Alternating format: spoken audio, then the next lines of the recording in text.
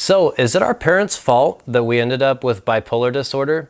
Let me put it this way. Blaming yourself for your child being bipolar is like blaming yourself for the dinosaurs going extinct, okay? My parents and I didn't choose bipolar. Bipolar chose me.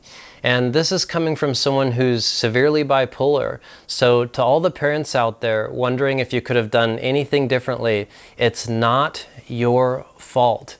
Let's get this straight. Bipolar is an illness specifically, not a condition of environment. Now, I'm not discounting that if someone's bipolar and they grew up in a horribly abusive situation without any support or acknowledgement of their struggles, sure, it can definitely enhance the situation, like feeding a diabetic child a bunch of junk food, but it's not the root cause.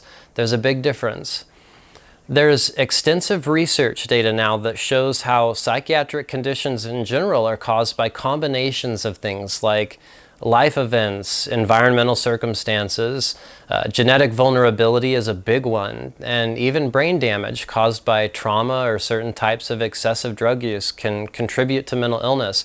Now, this doesn't mean if I smoke some pot or hit my head that I'm going to become bipolar. It's more complex than that, and it isn't just one of these that was single-handedly the cause of bipolar disorder or depression. Now, these combinations might contribute to the development of bipolar disorder, but it's usually with an underlying genetic disposition for it in the first place. Modern research is showing that bipolar can be handed down through genetics. When you have a blood relative somewhere along the line who is bipolar, there's a 10 to 20% chance of it being passed down. Now, when one of your parents are bipolar, the estimated risk of their direct child having it is around 15 to 30%. And if both parents are bipolar, this number can jump up to 50 to 75%.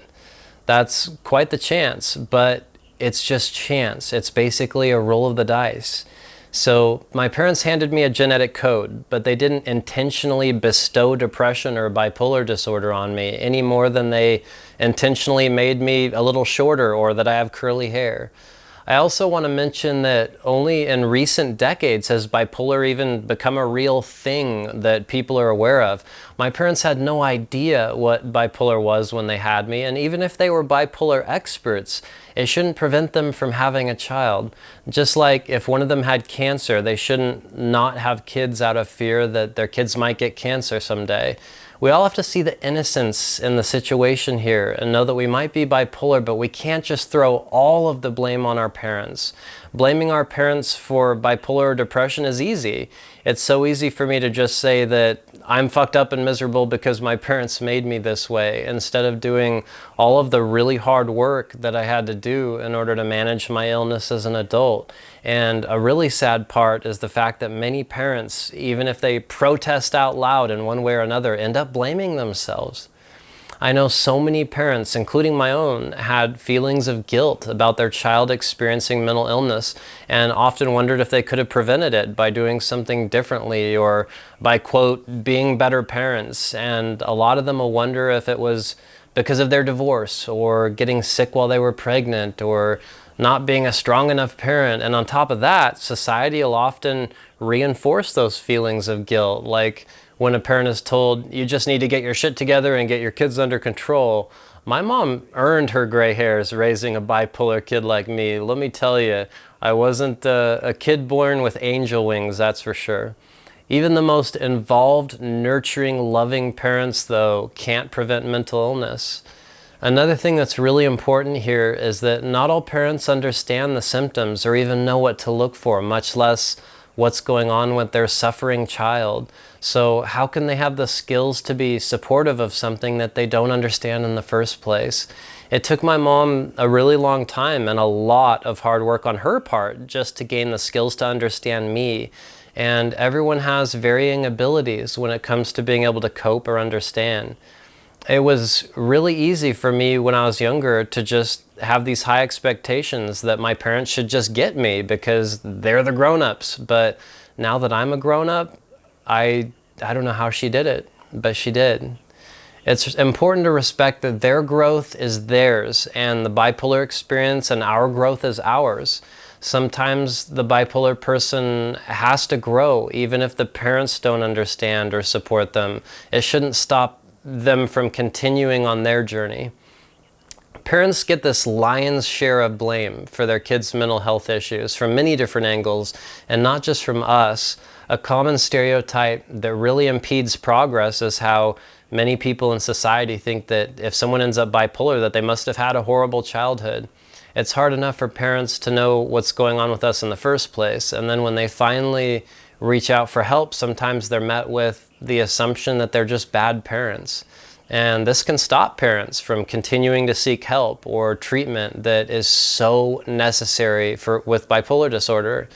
There's so many parents in the world right now who are punishing themselves and believe that somehow they caused the situation because that's what people close to them or their kids have told them, when these people that are telling them this just might not have the educated understanding yet of what's really going on here.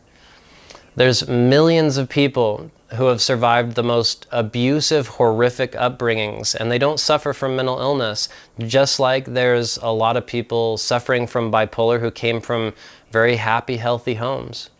Mental illness can be so confusing for everyone involved, and it's impossible to truly know what it's like unless you experience it yourself.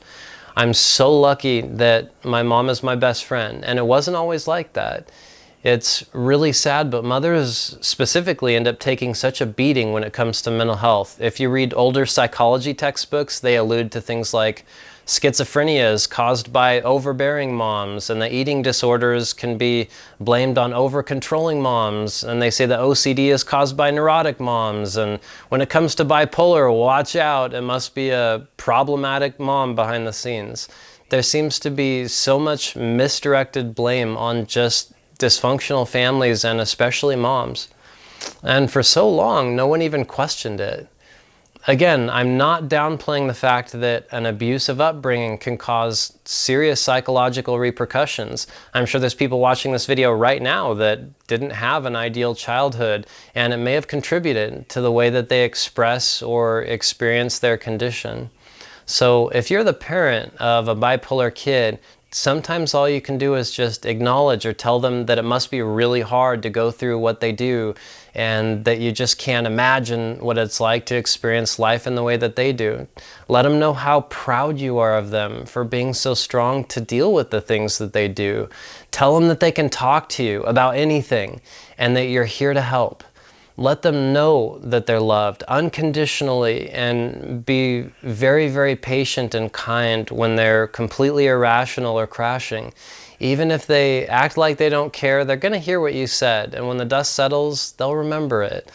Don't give up on them, and whatever you do, don't blame yourselves, no matter what people tell you.